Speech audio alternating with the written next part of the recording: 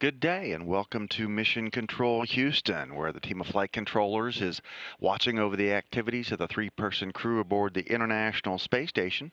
Today, Jerry Jason is the flight director in charge of the team, and Mark Reagan is the spacecraft communicator who'll be talking with the crew as needed to coordinate activities aboard the space station. Of course, Expedition 35 is the expedition this period, and that is made up of Commander Chris Hadfield, the first Canadian commander of the International Space Station, NASA astronaut Tom Marshburn, a physician spending 4.5 months on orbit, and Roman Romanenko, Russian Federal Space Agency cosmonaut, making his second trip to the space station. Today is mostly focused on the upcoming departure of the Dragon spacecraft, which is going to be carrying important scientific samples back to Earth for analysis. The crew today did some last of its early packing activities and will be putting the final research samples into the SpaceX Dragon cargo vehicle on Sunday before the hatches are closed. Dragon will be unberthed from the Harmony module common berthing mechanism port it's attached to on Monday. The start of operations has been adjusted a little bit earlier.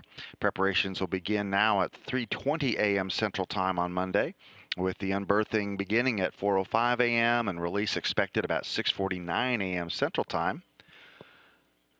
Splashdown off the coast of Baja California is expected about 20 minutes after noon Central Time on Monday.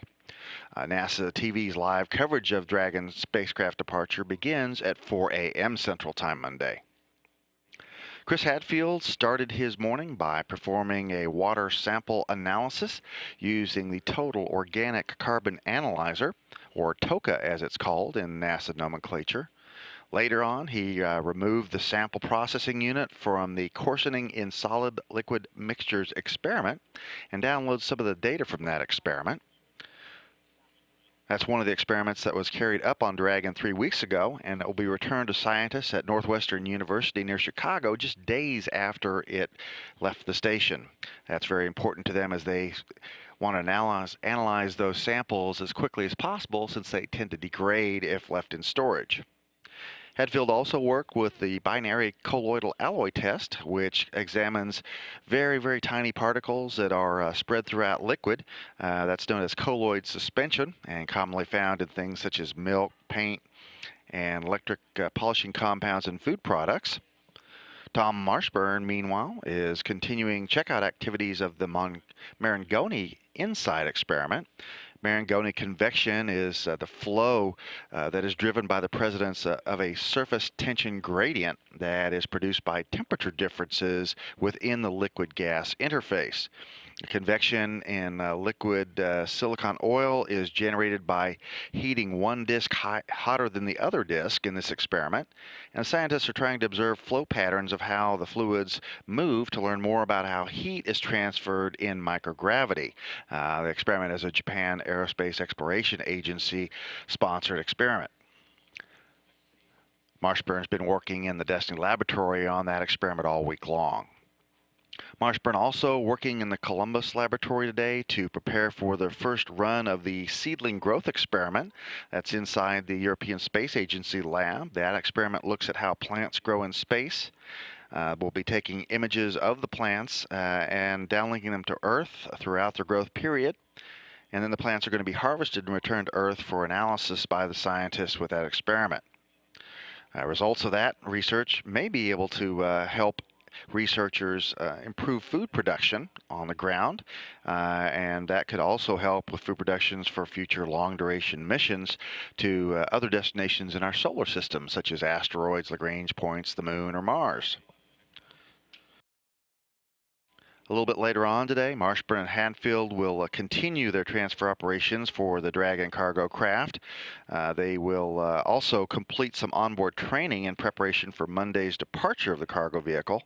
Marshburn and Hadfield will be at the controls of Canadarm2 for the unberthing and release of Dragon. Roman Romanenko today is working on some preventive maintenance in the Zvezda service module. He's also replacing one of the shutoff valves for the water storage tanks in the Russian section of the station. Space Station mission managers are in the midst of a meeting to review Dragon departure preparations. We expect a go, no-go decision from that meeting a little bit later on this morning. Overnight, Mission Control Moscow directed a slight increase to the space station's orbital altitude. That's to adjust phasing for the arrival of 3 more crew members for Expedition 35. Pavel Vinogradov, Alexander Misurkin, and NASA's Chris Cassidy are scheduled to launch from the Baikonur Cosmodrome in Kazakhstan at 3:43 p.m. Central Time next Thursday. They'll be docking with the space station about 6 hours later in the first single orbit rendezvous for humans.